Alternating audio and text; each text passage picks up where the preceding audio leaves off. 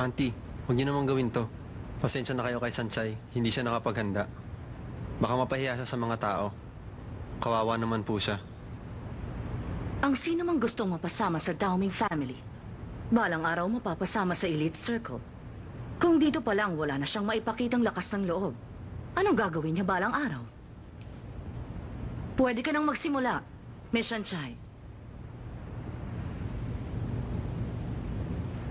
Mapasama sa pamilya? Tama ba ang dinig ko?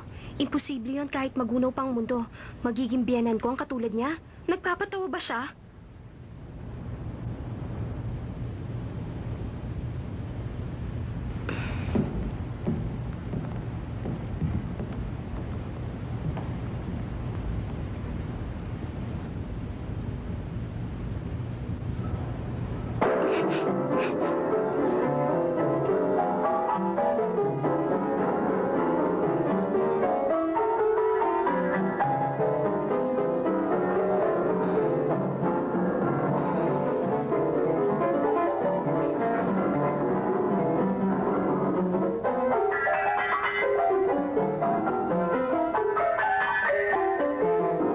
Isang malaking kalokohan ito.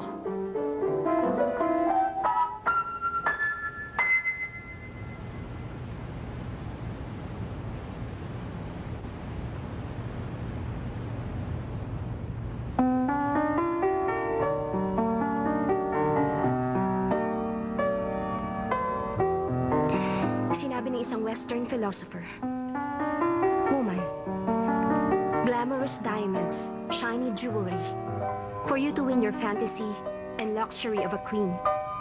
Are you aware around you?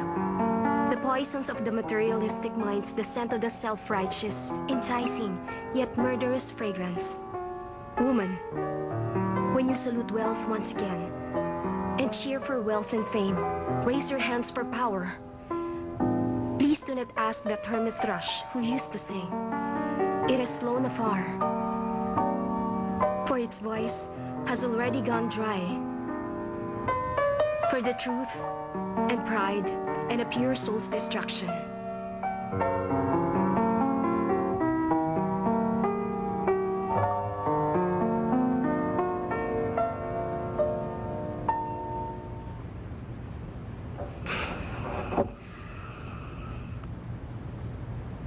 Ang halaga ng kaluluwa ng isang tao, masusukat ba kung marunong siyang magpiano? Sa pamilyang kinalakihan niya? O sa tatak ng kasuotan niya? Ano ngayon kung marunong ako magpiano? Para malaman niyo, isa lang ang alam kong piyesa. Eh ano naman?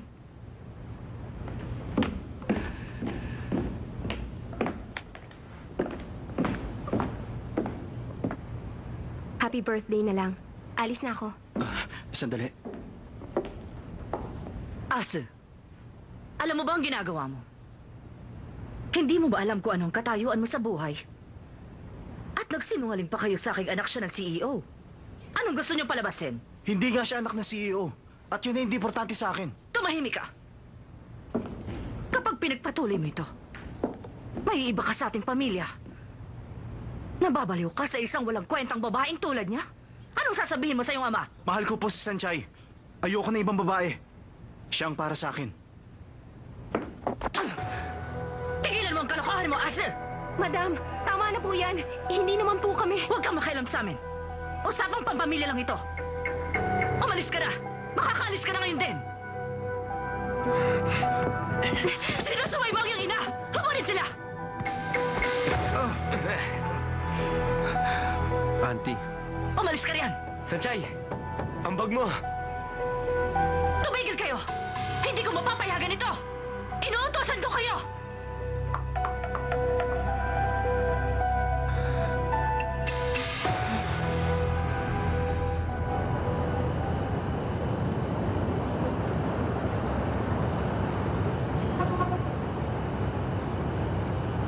Salamat.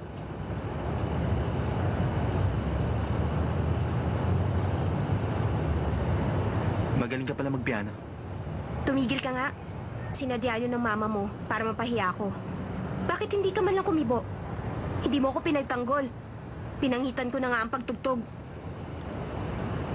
Habang kinakalampag mo ang mga tiklado, Natutuwa ako nun.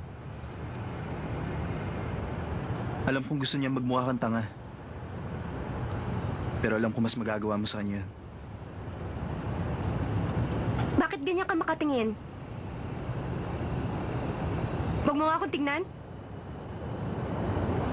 Hindi ba alam mo naman na gusto kita? Marunong ka mang magpiano? O hindi man? Hindi ka anak ng CEO? Walang kwenta sa akin yun. Dahil gusto kita.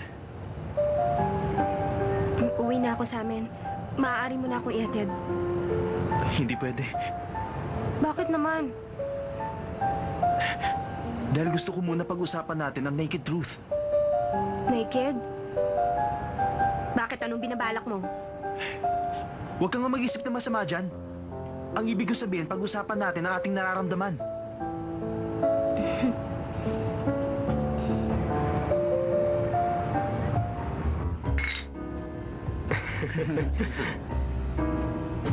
Exciting tong araw na ito. Ano kayang ginagawa ni na Sanchay at Asa?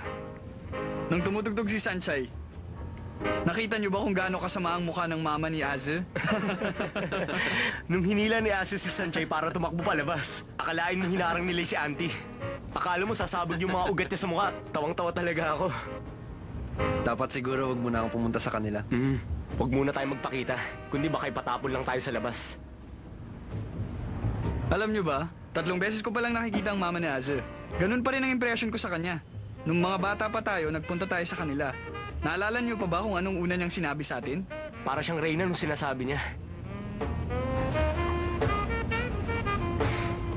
Asa, kapag pinagpatuloy mo ang pagsama sa kanila, mag-ingat ka, baka maging toko ang utak mo. Nakakatakot talagang mama ni Aze. Wala siyang pinapatawad. Ibang klase talaga. Pero siguro natuto na siya ngayon. Di ba?